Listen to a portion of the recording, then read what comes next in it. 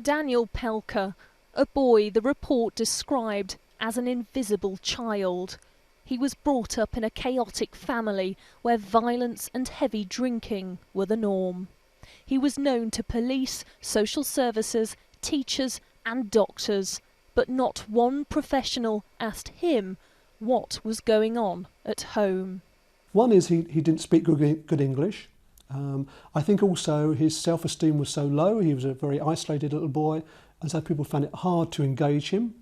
His mother often spoke on his behalf, as did his older sibling.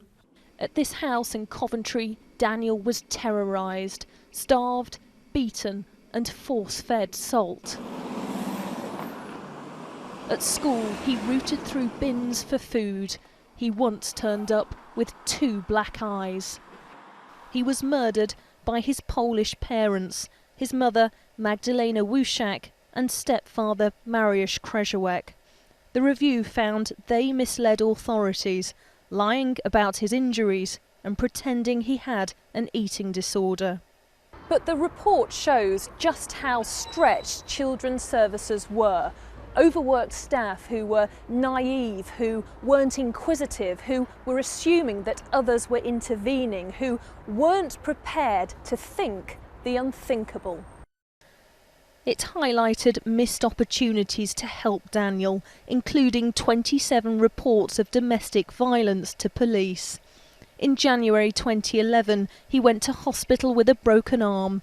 Professionals were too ready to accept it was accidental. From September, teachers noticed a pattern of injuries which they failed to record or act on.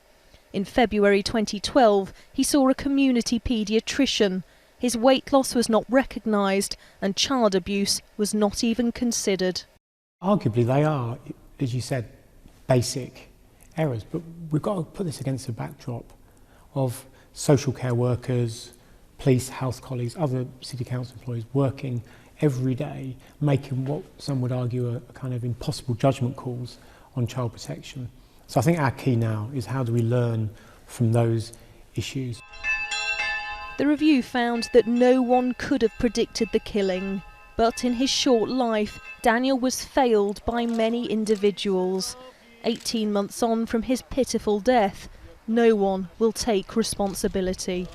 Lisa Dowd, Sky News, Coventry.